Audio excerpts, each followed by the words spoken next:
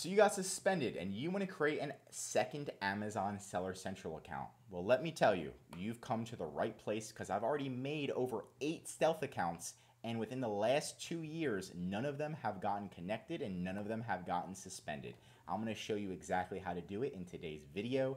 I'm Josh Hackett, CEO and founder of EHP Consulting Group, and my goal is to make you a millionaire on Amazon. If you stay until the end of the video, I'm also going to be giving you a quick story on how I got started creating stealth accounts. Let's dive in.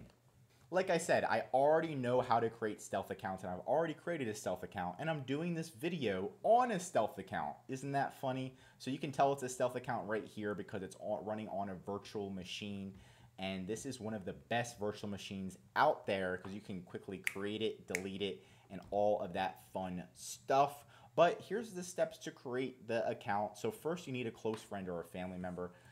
Family members work. Family members are usually easier, but a close friend is good as well. They can't be living with you. That's number one. They can't share your Wi-Fi. You want it to be and that's why close friends sometimes are easier, because usually a close friend doesn't live with you. Usually you live with your family.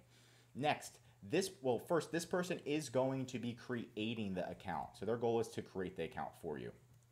Okay? Next is you're going to need a new business in the USA. You're going to need this later. Once the account is created, you're going to need this. So we'll go over this, but you can create a new business yourself, or you can utilize a service like LegalZoom.com that can create a business for you. Next, you're going to need a new phone number, right? You do not want anything to be connected to your old account. If anything's connected, no bueno, you'll get connected and you'll get shut down. We don't play games. We don't get you shut down. So you need a new phone number. So get that new phone number at phone.com. Next, you need an email address. You can use Gmail to get a new email address. You can also use something called protonmail.com if you reached your limit on Gmail. But I'm sure your friend or your family member can make a Gmail for you. And it should be a new Gmail. It shouldn't be one that you've used before. A new business bank account. And by the way, all of these say new. Just be aware. New. Don't use anything old. You're going to get a new business bank account. Once you open up that business, it's super easy to get a business bank account with American Express. You can pretty much do it all online. A new business credit card. You can use Chase or American Express. That's my recommendation. There's obviously other business credit cards, but American Express has been known to give people approval very quickly. You will need a business credit card. And why will you need a business credit card? Because your friend is opening up the account, right? And let's say your friend's name is Johnny Smith. Okay? Johnny Smith is opening up the account. So you're going to get a business credit card in your name. Now you're going to tell American Express you have an employee, and your employee's name is John Smith. So you're going to have your master credit card, which is you, and your employee credit card all connected through the same account. And now you can attach that Johnny Smith employee credit card to the Amazon Seller Central, and you never have to actually attach your own. Everything's under your EIN, your social security number, everything's under you, but you can have an employee card for Johnny. So that's why you want that business credit card, because it can't be in your name or else you'll get connected. Next is AWS. This is the hard part. This is the virtual machine that I'm using right now. So having a virtual machine is essential. So your MAC ID, your IP address doesn't get connected. A new laptop is very helpful because you're not going to have Johnny's laptop, and maybe you accidentally logged into Johnny's laptop at some point, which is your close friend. So you want to have a new laptop just in case, right? Good credit, because you're going to need that business credit card. So I would say at least a 650. You can check your credit on Credit Karma, and then last but not least, you need a business address. So you go to iPostal 1 to get a business address. And again, I've used all of these, and these do work. These are verified to be good to go. Now, next, you're going to have your friend create the new Amazon Seller Central account. They're going to create it. You're not going to log in. No bueno, don't log in. Get them to create it. Get it verified. They're going to verify their identity. They're going to have to be on a call. All that fun stuff. They're going to put their home address, put everything in their own name as if they're selling on Amazon. And while they're doing that, you're creating everything else. You're creating the new business. You're getting the business credit card. You're creating the virtual machine. Once the account is verified, your friend's like, I did it. I verified. I had a video call with Amazon. We're good to go. You're going to log into that account, only on the virtual machine. So you're going to create the virtual machine and then you can log into the Seller Central account.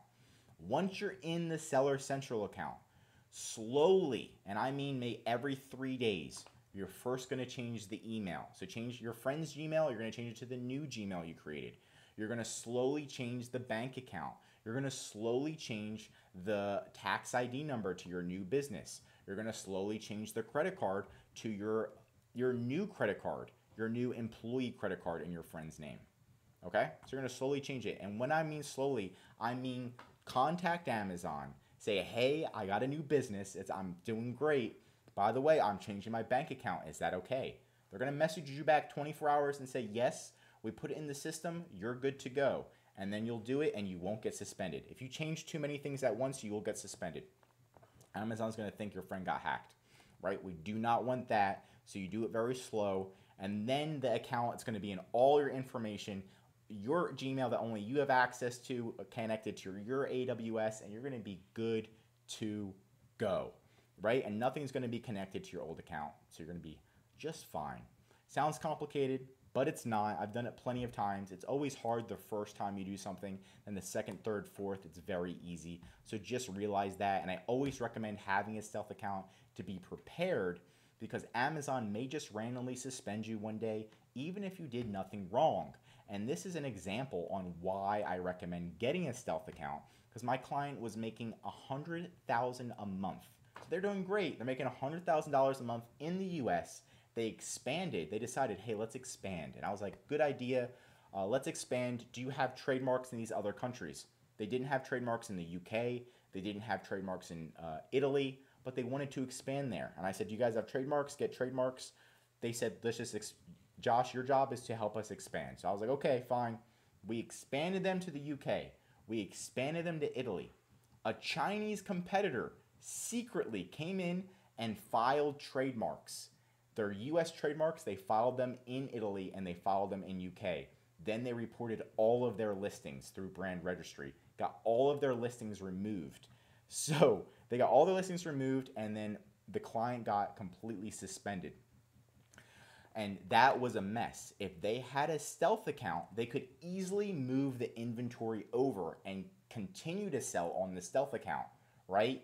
Because they would still be able to sell in the US. But what happened is their entire account got suspended, and we had to go through a legal battle proving to Amazon that that we have a trademark in the US, and we didn't know there was a trademark in the UK, and it was a mess. It took 30 days and a lot of stress, and then we got them reinstated. So it's always good. Maybe they wouldn't have gotten reinstated if they didn't have us, or they didn't have a good legal team, or Amazon held all of their money, right? So it's always good to have a backup and have a stealth account for a backup, just so you know how to do it.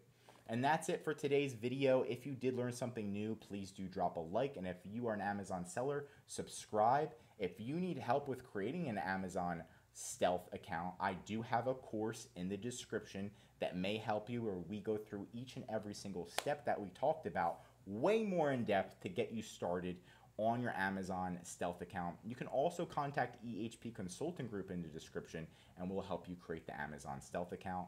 Again, I'm Josh Hackett, CEO and founder of EHP Consulting Group, and I'm signing out.